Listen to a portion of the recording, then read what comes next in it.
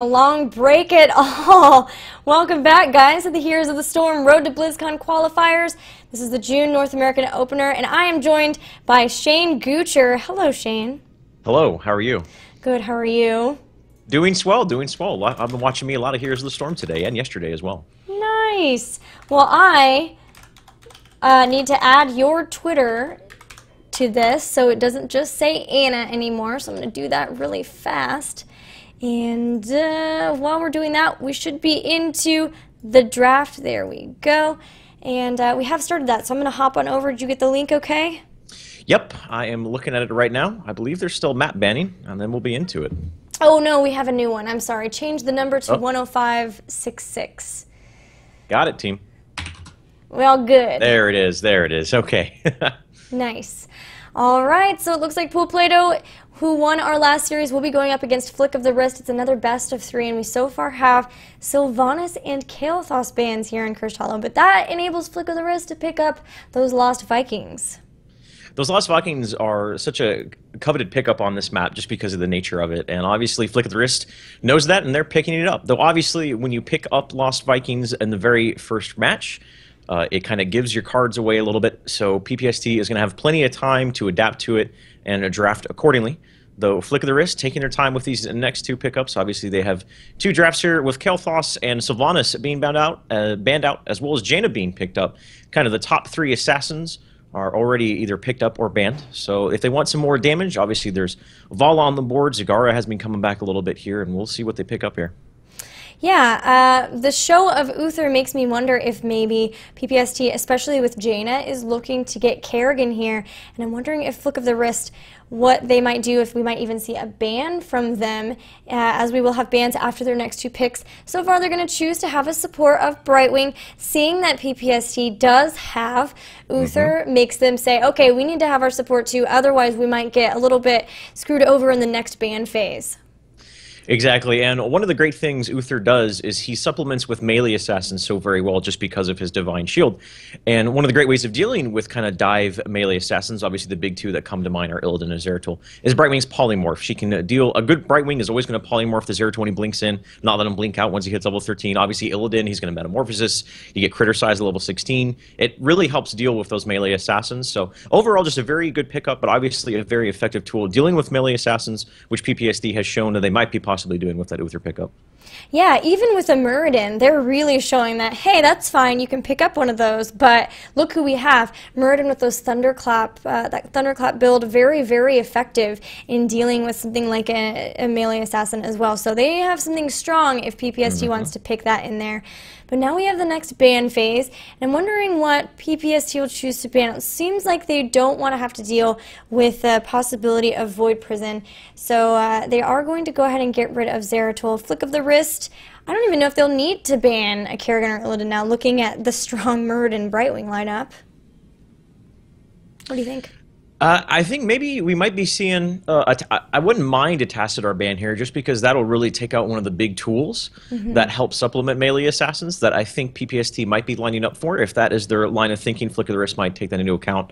Though with the Zeratul being banned out, Tassadar is also an effective tool dealing with stealthies, so obviously that's not a factor as well.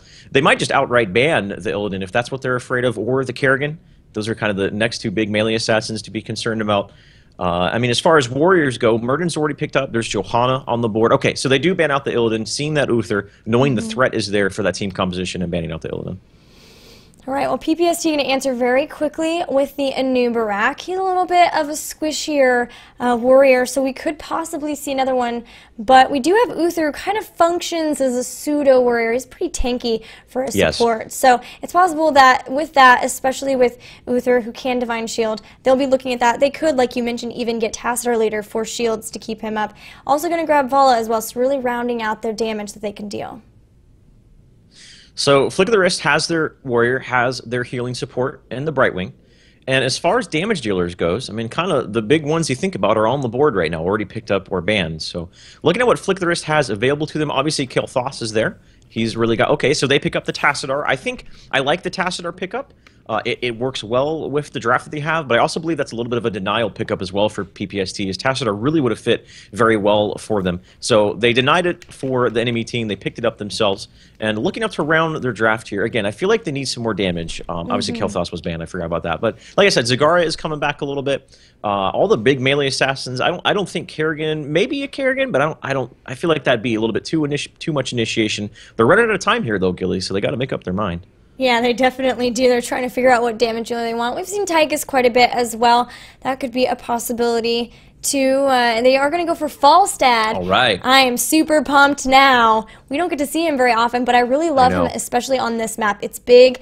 His ability of flight is really nice, but also a lot of times you get into those engagements where you're basically in a line, you're all very clumped up. It's not a very favorable position to get into engagement. And you know what really excels on that? That Hinterland Blast. Yes, the good old Hinterland's Blast. Falstad is really starting to make a comeback, Gilly. He wasn't picked up for a long time after he got Rewind taken away. And I know Cloud9 Maelstrom has been using him to great effect recently, and obviously other teams are starting to pick up on that as well. And the Falstad and Brightwing synergy, obviously that global presence that they'll have is such an effective tool on this map, as you mentioned. Looking at Plato's draft, though, again, they need another damage dealer. I actually feel like Zagara, I wouldn't mind Zagara here. At all. I think that would be a very effective tool dealing with the Murden initiation, dealing with one of the Lost Vikings as well. They definitely have a good AoE of Jaina, so I think maybe a little bit more single target would be good here. Assuming Vala does go with that multi-shot build, a single target assassin, or damage dealer rather, would fit really well into this lineup. Yeah, I'm betting that Vala will go with the multi-shot, considering the fact that Flick of the Wrist do have Lost Vikings. Yeah. Something I also wanted to point out while we're waiting for PPST, oh my gosh, they have 2 seconds left. Who are they going to pick? They do end up getting Tyrael. All right, so they are going to, man, by the skin of their teeth grabbed him. That makes a lot of sense.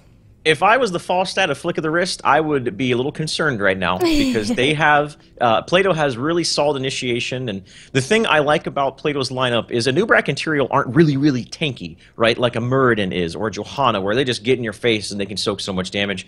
They're warriors, but they're a little bit more bruiser kind of subcategory of that, where they do a little bit more damage in exchange for that health pool. And when you bring 2 of them on board, Anub'arak and Tyrael really supplement each other because they both have really solid initiation. If they get into the back line, they deal a significant amount of damage, but at the same time, they still are strong enough front line to where they can zone and protect for their backliners. Yeah, that's definitely true. They're going to have a very strong engagement, as most of the time when we see this composition, we do have the Judgment from the Tyrael. One thing to note, Flick of the Wrist do have some really great laners, though. They have both Brightwing and Tassadar. They can maybe even pick up that double promote, but they will be able to kind of solo lane and allow Muradin. And, well, I guess, what will they do with the Lost Vikings? I guess it'll all depend how they do the Lost Vikings, because we have been seeing the Lost Vikings clump up versus splitting up in lane a lot lately. Yeah, there's definitely certain playstyles. It really all depends on the strategy that they're thinking of here. I mean, with the Lost Vikings and the Brightwing and the Falstad, they're going to have so much presence across the map. Every single lane is always going to be, there's always going to be the threat of a gank because of that just global presence that they have. And I like the Tassadar pickup because he's pretty much a guaranteed lane when it comes to experience. He can help mitigate pushes. He can escape out of almost any gank. It's really hard to gank down a good Tassadar player, especially with the vision he grants and everything like that. So the early game, I really like Flick of the Wrist draft just because their presence in lane is so very strong and it's complemented by that global presence. The power I just had, I was accidentally made host of the lobby. We could have been playing for one of these teams, ShaneGoocher, but I suppose we'll go back into the observing spots. What was it? It's that Galadriel quote somebody was throwing in chat earlier. I will remain Galadriel. Anyway, yeah, we've got a lot of, I really like the potential of Flick of the Wrist's comp, like you mentioned, of being everywhere on the map at once with Falstad and Brightwing, as well as the fact that they also definitely have the potential to control the vision a lot between Oracle with Tassadar. They could even pick up Scouting Drone with Brightwing if they feel like they need that, and have a lot of idea of where PPST is moving around, because I think they will be moving around quite a bit with the comp that they have. I completely agree. There's a lot of roaming potential on them. I mean, on both sides of the coin, but for kind of on different, they kind of flow differently. How Plato has the kind of, they can do a duo roam with Uther and Jaina. It's actually a surprisingly effective roam. Another side of the coin is Flick of the Wrist, who they can just be almost anywhere, everywhere. Their roaming potential, I don't think, is quite as strong in the early game. They're going to have the threat and the presence, but they won't have quite the gank, if that makes any sense, because they don't really have any. I mean, they can do a Muradin followed maybe like by a Falstad hammer or something like that, but other than that, their early game pickoff potential isn't very much, but they're almost guaranteed early game soak as long as they play it right between the Lost Vikings and everything like that. Yeah, and Brightwing can always phase shift in either at the last second to a full-on team fight. That way she can get as much experience as possible. Or, of course, she can phase shift in and create an engagement where it's favorable for them with a number of heroes at any point if there's a little bit of a skirmish happening. But we are going to start loading into this battleground. We're on Cursed Hollow. I am Gillyweed, and I'm joined by ShaneGoocher Gaming, who has joined me for the rest of this cast. I'm really excited for this best of 3, Shane. Me too. I'm so very stoked. I'm so happy to be casting with you guys. We're getting into this battleground right now. Ladies and gentlemen, this is Cursed Hollow. For those of you who are maybe new to the game, the idea behind this particular battleground is tributes spawn across the map in some crazy algorithm that no one truly understands. And you go contest over them. And if you get 3 of the tributes, you curse the enemy team, which disables all of the structures on the enemy team, allowing you to push very effectively and also fight in places you otherwise would not normally fight.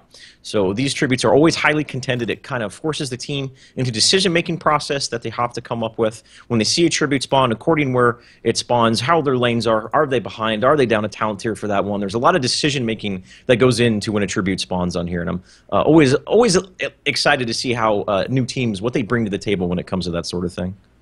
Yeah, I mentioned that Anna and I have actually gotten to cast both of these teams in the amateur series before too, so it's cool. They're both very, very talented as well, doing very well. I'm getting into the high ranks of that. And I wanted to mention while we were loading into that, one of the other teams that we've seen a lot of really good showing from is the Plays, and they have actually made it all the way into, I believe, round of 16, and we're going up another team against another team, so it's possible they could even make it to the round of 8, which we would see next weekend. So really cool to see these teams who have started out in the amateur series, maybe even losing a ton of games, eventually making their way up into the ranks of this very major, huge tournament. So all right, we are loaded in. I will introduce our Pool Plato Some Tangos team with King Plato playing Jaina, Mookies on Uther, B-Kid on a new Barak, Apollo playing Tyrael, and then playing Vala will be Prismaticism.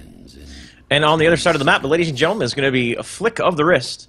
On Brightwing, we're going to have Radlight, and then Leon Lelowell playing Falstad, Shales playing Muradin, E-Dubs playing the Falstad, and Schooled is going to be showing us a lesson on the Lost Vikings. The gates are down, the game is underway, and let's see how these lanes take shape, Gilly. Schooled, giving us a lesson. I love it. The puns are alive and well. They are, and looking right away at some of the talents, we do have Bribe picked up by Brightwing, so not going to be focusing on that scouting drone, not looking for getting any sort of extra vision off of that Oracle, because they know that if they can get a good lane push, picking up some mercs, especially right before a tribute spawns, then they kind of force their opponents to have to deal with that, or choose between letting them push or having to give up the tribute. So, Eric gets our first casualty. That's a quarter of a first blood right there, ladies and gentlemen, up in the top lane. So, it looks like with the Lost Vikings, they are not going to be doing any split shenanigans, all 3 of them in the top lane, and Lost Vikings, even if they're not kind of, being played super effectively, where we see sometimes they're splitting in lanes, when they're grouped out together, all 3, they can actually still be a threat and have a lot of presence in that lane.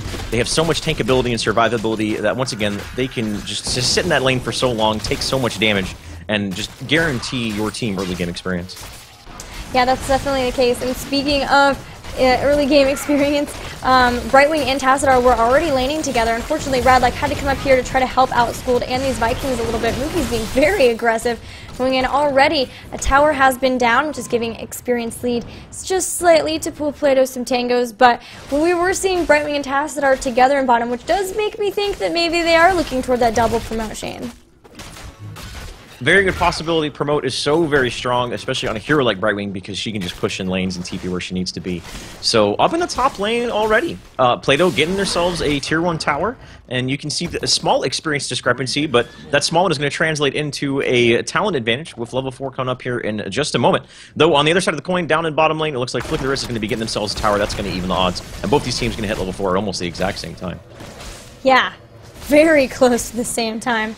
Right now, Falstad did grab the Season's Marksman, so going for more of the auto attack build there, and there is the double promote as well, so we'll definitely be seeing those minions with the swirls on them, showing that their push potential. But the multi-shot build from Vala will at least help with that, throwing out a lot of AoE damage, so that will be one thing as well. And then looking at more damage, we do have the Envenom picked up by Jaina, so they will be able to you know, just throw extra damage on a single target, maybe get them out of the fight, or even take them down. So the first tribute has spawned, ladies and gentlemen. How are these teams going to choose? Flick of the Wrist is getting their bruisers right now, so they are missing 2 people on the map. This is going to allow Plato to get this almost uncontested, so they are foregoing that first tribute, getting themselves a bruiser. The bruiser camp, which is going to go down to the mid lane, apply some pressure there. Though in the top lane, it is under siege, and under siege hard, Gilly. They got 3 people up there with the Uther, Avala, and the Jaina. The Siege Ogre's pushing as well, and just 3 minutes into this match, this top fort is already under pressure.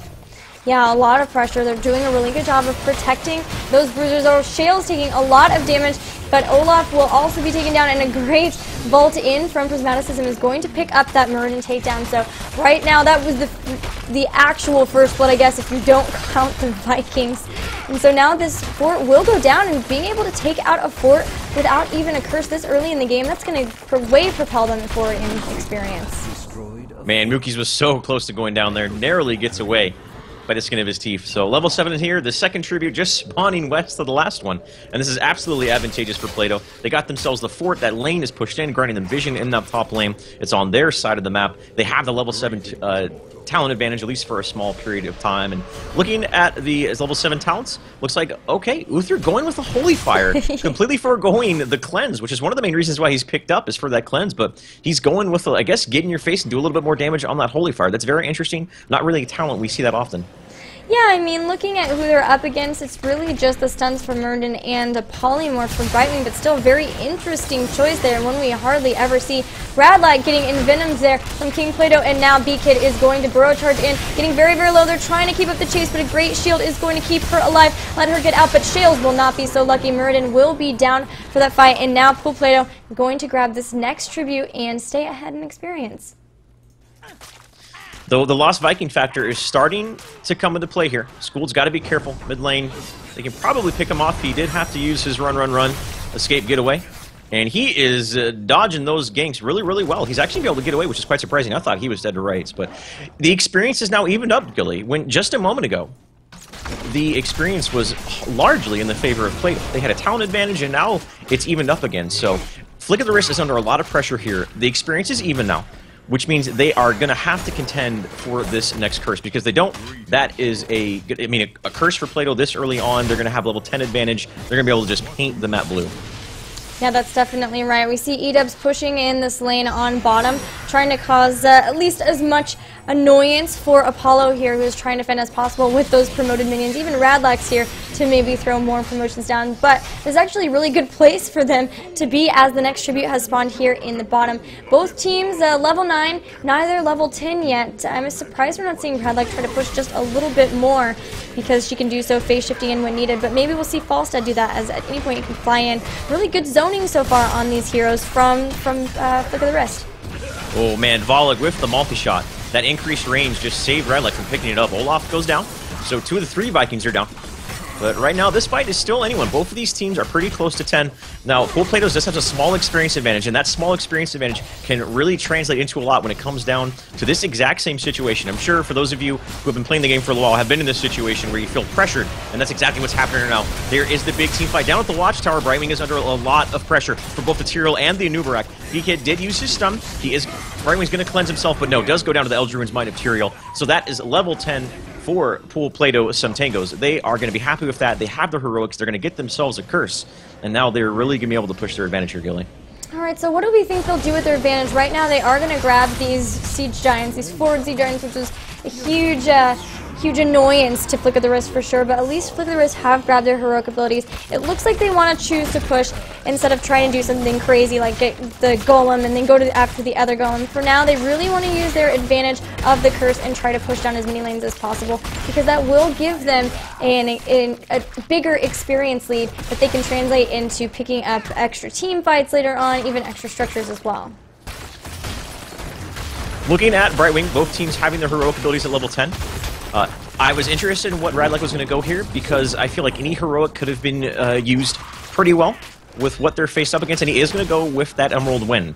So he's foregoing the mobility and the extra heals of Blinkule and getting him that big disengage or counter initiation tool that we see and has been such an effective tool for the sort of draft that Plato was running. I mean, you have a big initiation from Tyrael with Judgment, a Numerak Burrow charges in, and the moment they think they're about to get someone down, Radlek cleanses their target, drops a big Emerald Wind, and it really can swing a team fight in their favor. Yeah, it's actually the first time we've gotten Emerald Wind here in this tournament, and it looks like they want to come in and try to stop this Golem, but they're just a little bit too late, and now they're going to try to get out, but Radlek gets Judgment to the pawn, and before the Emerald Wind can even go down, is down. Now Shale's stuck in the middle of this, will go down as well. So much damage coming out from Pool Plato Centangos as they even take out Tassadar, one who's typically known for being able to get away from a fight pretty easily, so Pool Plato not only going to win that team engagement, picking up the Golem as well. Yeah, Flick of the Wrist, they went with a really aggressive move, going on the other side of the map, the other side of the line of scrimmage, as I like to call it, into Plato's territory, but they got punished for it big. I think Plato was kind of expecting it, and they initiated very, very quickly. Tyrael was quick to pull that trigger on the Judgment, and they immediately blew up their front liner, and that really just lended that team fight to him. And now the bottom keep is under a lot of pressure here with a level 13 talent advantage. Yes, level 13 talents are there. It looks like we might see Pool Plato back up just slightly repositioned. They're really trying to maybe get a kill, a pickup on somebody, but for now not quite doing so. Really good shields from Tassadar helping out, but now the keep is getting low. That will be the first keep down. Apollo is going to Eldruins, might even helped out by the Divine Shield from Uther at that. So they're going to be able to safely get away. School did drop the Longboat raid, but not really doing too much there to Pool Plato. They were able to get that bottom keep, which is a relatively early keep there, Gilly. I mean, 9 minutes in, now that bottom pressure is perpetually going to be pushed in because of those catapults, and that's just going to give more room for Pool Plato to roam across the map and maybe make some aggressive movements, maybe get some pickoffs, or just continue to have business as usual. They have a mid-game advantage right now. They know that they have been playing well, playing well thus far. And if they can continue to take this momentum, hit level 16, and continue to hit their stride, they are looking in a great position here. It's going to be a little bit, though, before the next tribute spawns.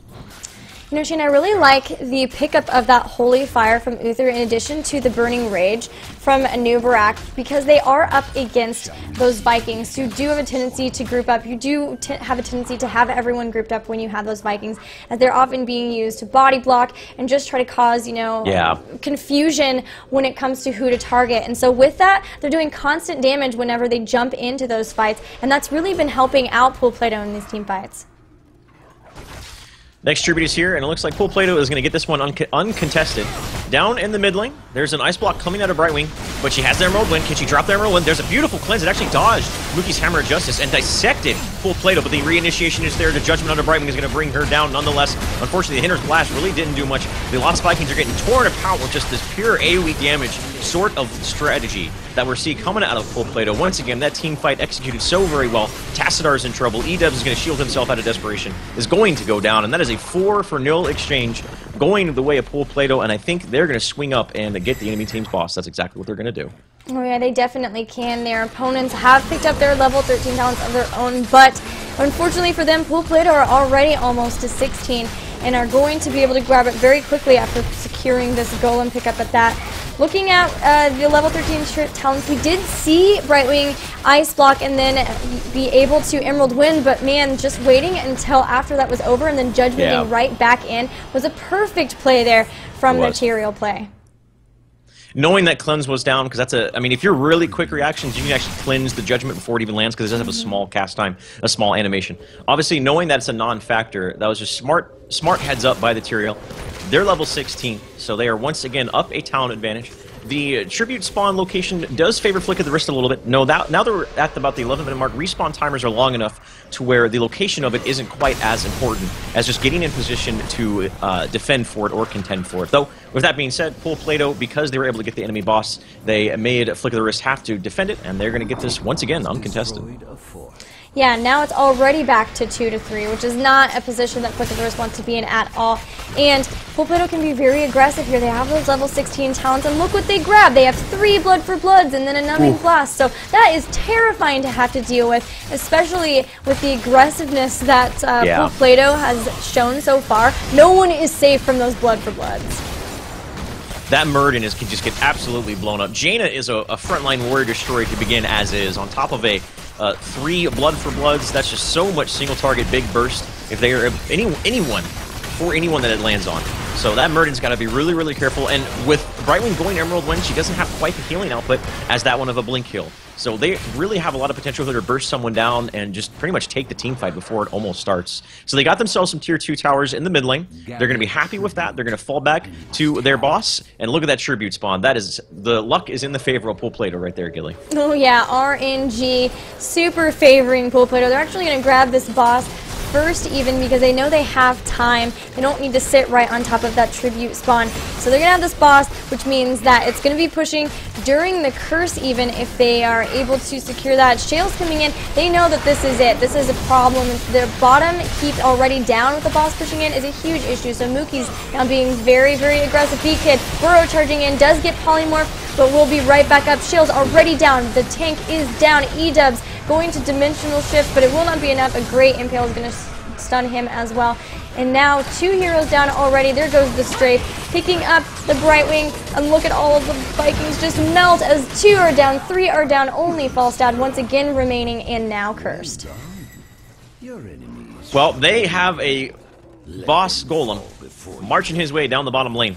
And with 4 team members being down on the side of the Flick of the Wrist. This might just be the game right here, Gilly. The shield is already down. They are doing hull damage to the core, all 5 of them up, and I believe this looks, this is going to be game 1, going the way to Pool Plato.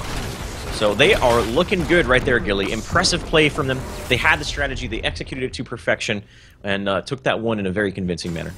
Yeah, really amazing coordination from them and game sense, even patience, like we mentioned before, from that Tyrael player, and waiting until the cleanse was down, waiting until the Emerald Wind was gone, and then re-engaging so that Brightwing couldn't get away while everyone else was running back in. What do you think that we're going to need to see from Flick of the Wrist for the next game in order to deal with that type of coordination that we've got from Pool Plato?